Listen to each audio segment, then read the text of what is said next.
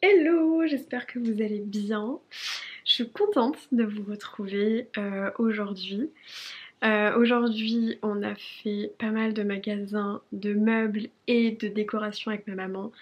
Je vous ai pas filmé parce que je me suis dit que c'était pas forcément ultra intéressant pour vous. Mais en tout cas, on a fait plein de magasins et c'était cool. On a repéré notamment un magasin de meubles sur mesure qui s'appelle, je sais pas si on va bien voir, le Studio Pérenne. Ils font du sur mesure, ceux qui font, mais c'est pépite, genre. C'est magnifique, genre vraiment, c'est trop trop beau. Ils nous ont donné deux magazines absolument énormes de ce qu'ils font. Et franchement, ils ont une boutique sublime, genre vraiment sublime. Apparemment, il y a 80 agences, je crois, dans toute la France. Et franchement, mais magnifique. Vraiment pépite. Donc bon, du coup on va regarder ça parce qu'on cherche un buffet pour le salon. Et pour l'instant on ne trouve pas de buffet qui convient à ma maman. Donc voilà. Mais on cherche, hein. On cherche, on ne désespère pas. Et dans la recherche de meubles, j'ai trouvé pour moi des petites boucles d'oreilles trop mignonnes qui sont comme ça, regardez. En fait, c'est deux anneaux. Est-ce que ça va faire le focus? Non. Bref, je pense que vous voyez. Du coup, c'est deux anneaux l'un dans l'autre. Voilà. Elles sont comme ça.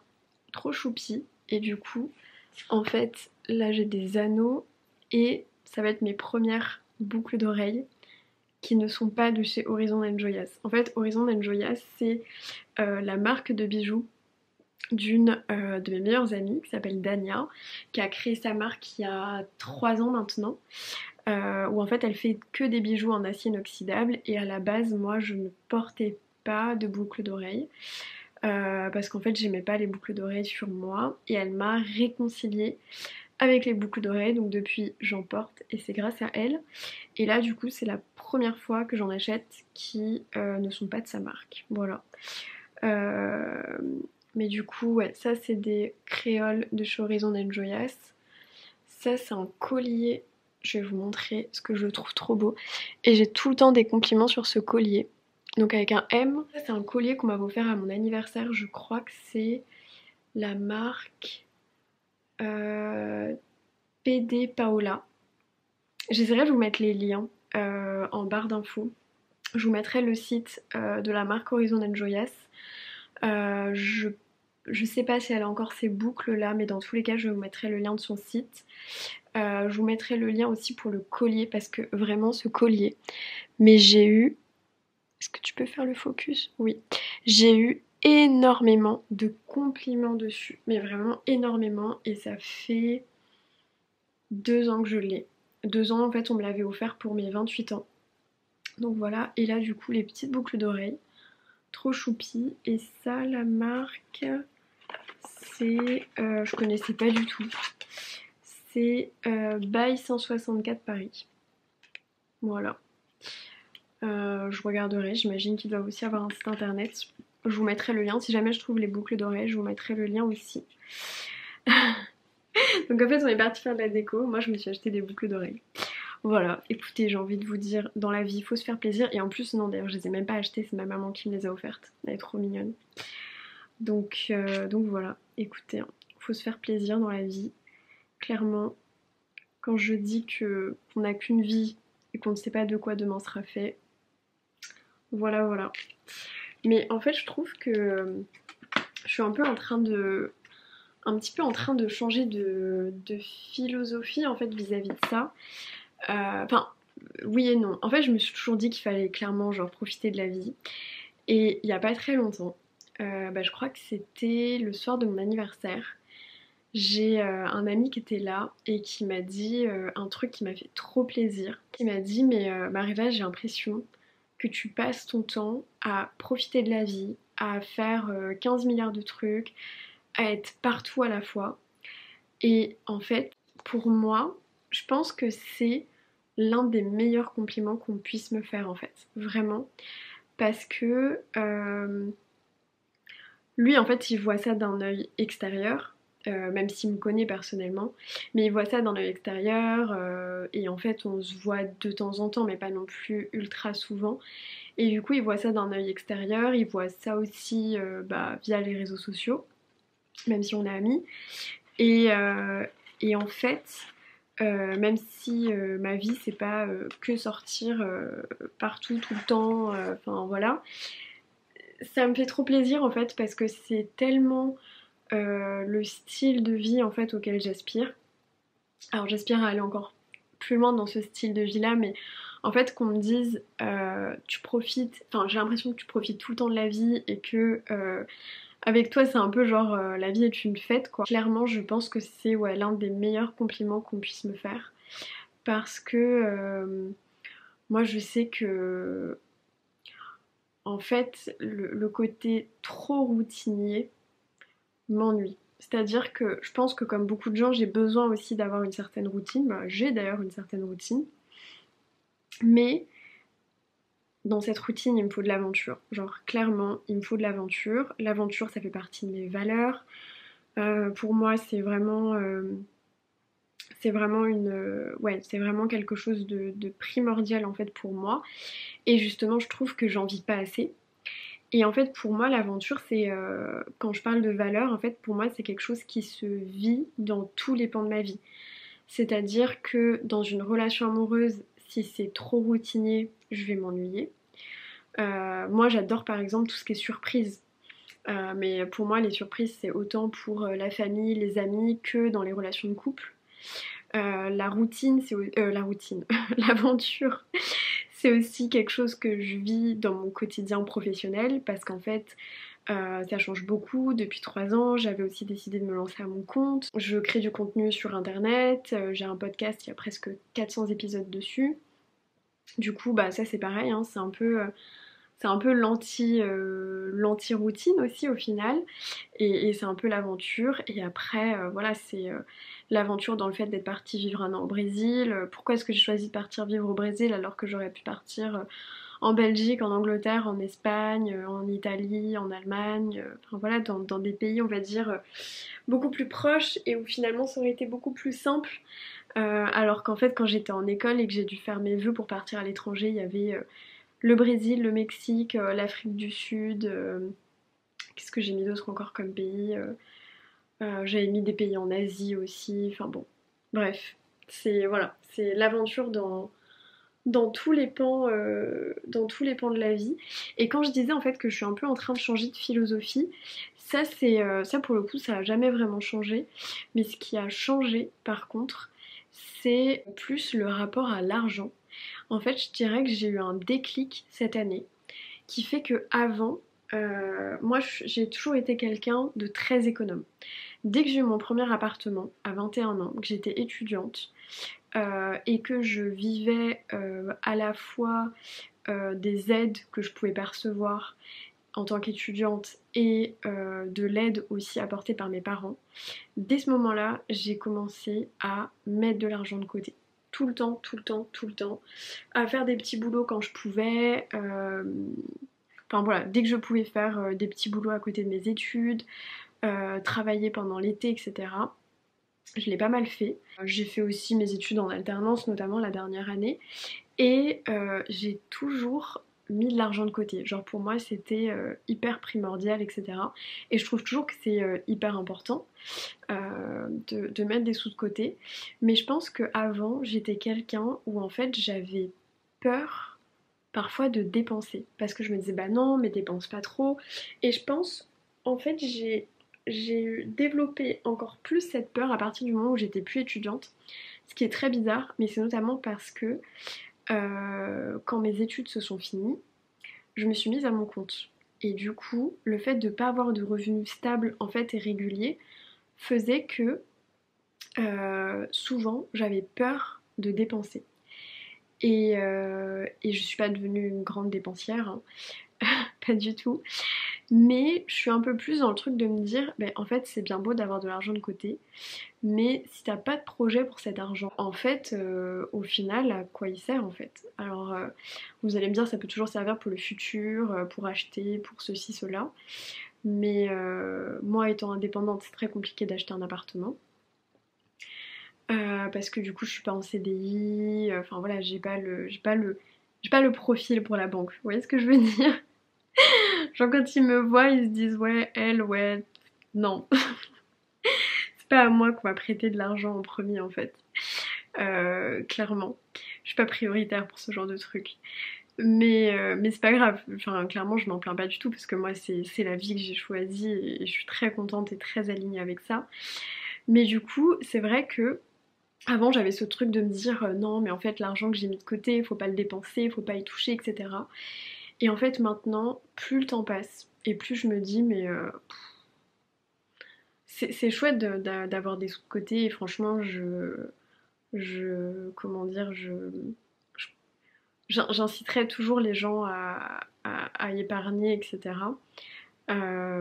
Parce que c'est important en fait et que je pense que de un, faut pas vivre au-dessus de ses moyens. Je pense qu'il faut pas non plus être, enfin, faut essayer au maximum de pas être juste tous les mois. Et moi, parfois, ça m'a sauvée aussi d'avoir de l'argent de côté, hein, très clairement. Mais en fait, maintenant, je suis beaucoup plus dans le truc de, un peu ce truc de dire one life en fait. Et c'est même pas one life en fait, c'est même plus. Bah, c'est un peu ce que je disais hier en fait, c'est que ça se trouve, demain on sera pas là en fait.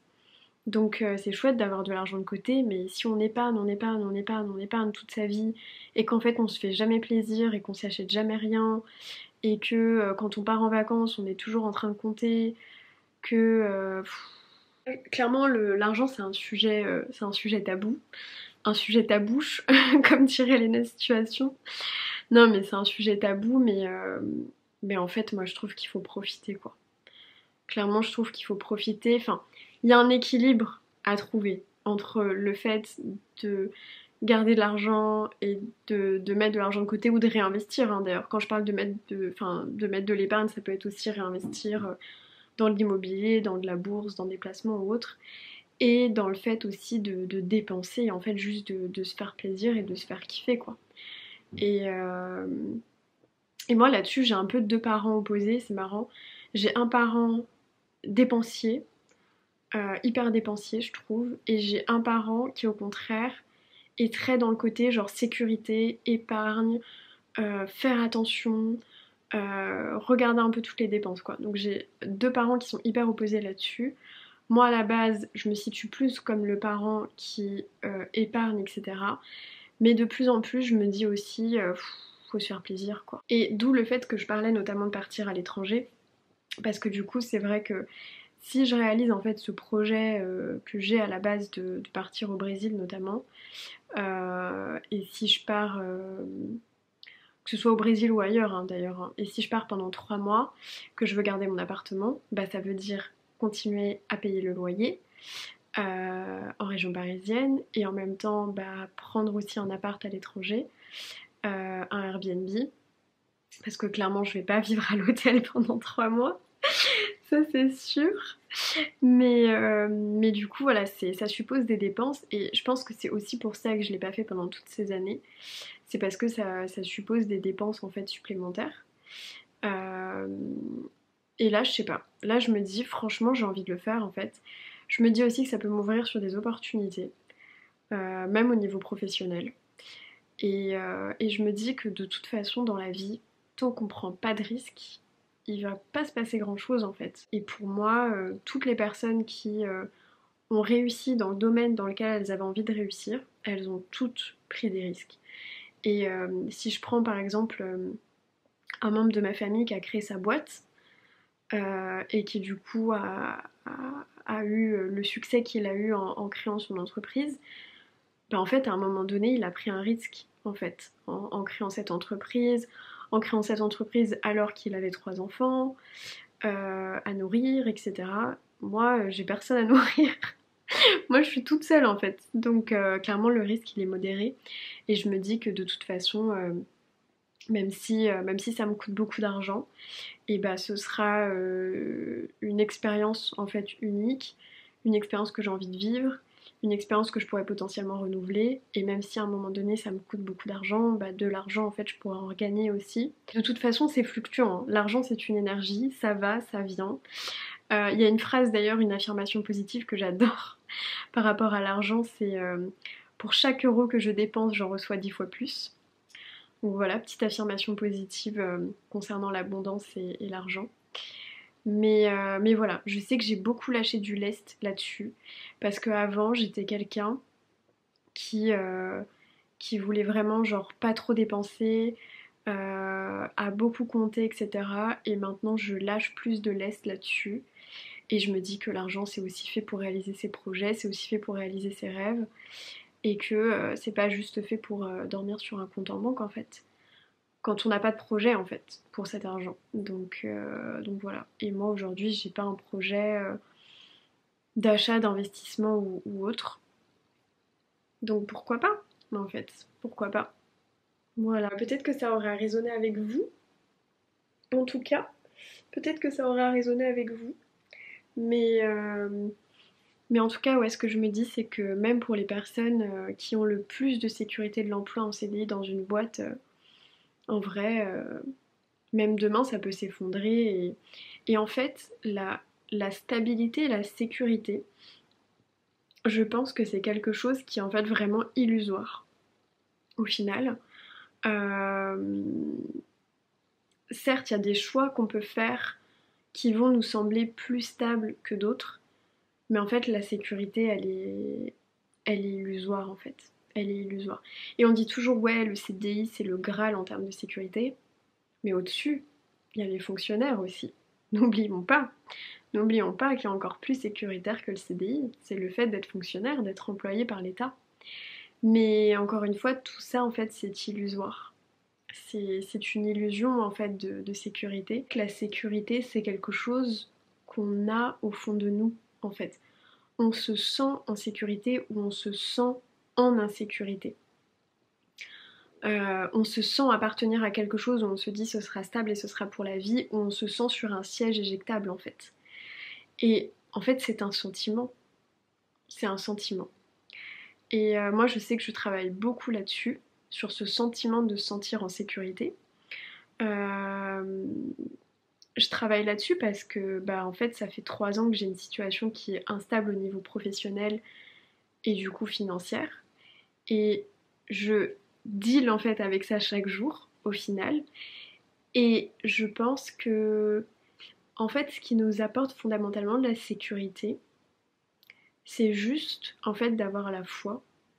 En fait, c'est juste d'avoir la foi dans le fait de se dire que demain on aura un toit, demain on aura à manger dans notre assiette, demain on aura je sais pas quoi. Mais en fait, en vérité, on peut se faire virer d'un boulot du jour au lendemain. On a beau avoir une maison, demain la maison elle peut brûler. Et vous allez vous dire, mais Mariva elle pense à des scénarios catastrophes, mais en vrai c'est vrai quoi. Euh, c'est vrai, hein. C'est demain on peut perdre notre conjoint, enfin on sait pas en fait de quoi la vie elle est faite. Et du coup, c'est pour ça que je disais en fait que je trouve que la sécurité c'est quelque chose d'illusoire. Je pars peut-être un peu en philosophie. Bref, c'est pas grave, de toute façon, enfin, je vous partage juste mes réflexions, je sais pas si c'est de la philosophie ou pas, mais en tout cas, voilà, moi je pense que la sécurité c'est vraiment quelque chose qui est, c'est une illusion en fait, c'est une illusion de l'esprit. Et c'est vrai que c'est pour ça que ça me fait rire quand il y a des gens qui disent qui savent pas comment je fais et qu'à ma place en fait ils y arriveraient pas, mais en fait ils font exactement la même chose que moi tous les jours, ou presque. Même si c'est vrai que ça apporte vraiment de la sécurité d'avoir un salaire qui tombe tous les mois et on sait combien on aura le mois prochain, c'est sûr. Mais en fait c'est illusoire. Parce que la seule chose qui nous apporte de la sécurité, c'est le fait d'espérer, c'est l'espoir, c'est le fait d'avoir la foi en fait, hein, tout simplement. Et du coup, ben plus on a une vie qui semble instable, plus on développe en fait cette foi en l'avenir, cette foi dans le fait de se dire que tout va bien aller. Et plus je pense on développe cette foi, et plus on a cette capacité à prendre des risques. parce que du coup on développe aussi la confiance qu'on a en nous et on se dit quoi qu'il arrive, je retomberai toujours sur mes pattes. Je me fais virer demain, oh après-demain je retrouve un boulot. Vous voyez cette foi en l'avenir, genre c'est un peu ça en fait. C'est oh ma maison elle brûle, bon, c'est pas grave, j'en retrouverai une autre et puis de toute façon j'aurai les assurances et je retrouverai une maison en fait. C'est vraiment cette foi en fait et c'est un peu aussi peut-être ce discours de se dire cette phrase très connue qui dit everything happens for a reason, genre tout arrive pour une raison. Et du coup de se dire bah en fait si ça arrive c'est que ça devait arriver. Moi je sais que j'utilise beaucoup ça pour moi. Je dis pas que forcément tout le monde doit penser comme moi, hein, mais je vous partage juste mes réflexions. Moi je me dis que tout arrive pour une raison, que si ça devait se passer comme ça, c'est que ça devait se passer comme ça, en fait. Après ça m'empêche pas de tirer des leçons de ce qui se passe et de me dire ok la prochaine fois je ferai différemment, etc. etc. Mais en fait je développe en fait tout simplement cette foi, hein. Et de toute façon quand on décide de se mettre à son compte, quand on décide d'être entrepreneur, comme mon amie Dania dont je parlais tout à l'heure qui a sa marque de bijoux, forcément on n'a pas d'autre choix que de développer en fait la foi, de se dire que ça va fonctionner en fait. Et que même si ça marche pas, on pourra toujours faire de l'argent d'une manière ou d'une autre. On pourra toujours gagner de l'argent d'une manière ou d'une autre. On saura en fait retomber sur ses pattes, rebondir et passer à autre chose en fait. Et moi je sais que de toute façon le quotidien, on va dire un peu métro boulot dodo, je sais que c'est un truc qui me correspond pas. Je sais que c'est quelque chose qui n'est pas pour moi. Et le tout c'est juste de trouver ce qui est bon pour nous. En fait, tout simplement. C'est juste de trouver ce qui est bon pour nous. Bref, je suis partie dans une digression totale. Pour finir sur ce que je disais au début, je pense que c'est important de se faire plaisir. Et je pense que c'est aussi important de préparer l'avenir et de se sécuriser. Mais la sécurité, encore une fois, c'est un truc qui est illusoire en fait. C'est un truc qui est illusoire et en vrai, j'ai appris que même la banque avait le droit de se servir dans notre épargne, je crois. Je crois que quand on a plus de 100 000 euros à la banque, dans une banque, et qu'il y a un crash ou je sais pas quoi, la banque peut se servir. Je crois qu'il y a un truc comme ça. Et que du coup, si on a plus de 100 000 euros de côté, il vaut mieux mettre le reste de l'argent dans d'autres comptes. Bref. Voilà. Écoutez, j'avais pas prévu de vous parler de tout ça. Peut-être que ça aura résonné chez vous sur certains sujets, sur certains aspects. Mais en tout cas, n'oubliez pas que le temps passe et se faire plaisir dans la vie, c'est primordial. C'est nécessaire. C'est important. C'est clairement se faire plaisir. Voilà, bon bah écoutez, j'espère que ça vous a plu. Moi je vais aller dîner. Je vous souhaite une bonne soirée, une bonne journée, une bonne nuit en fonction du moment où vous regardez cette vidéo.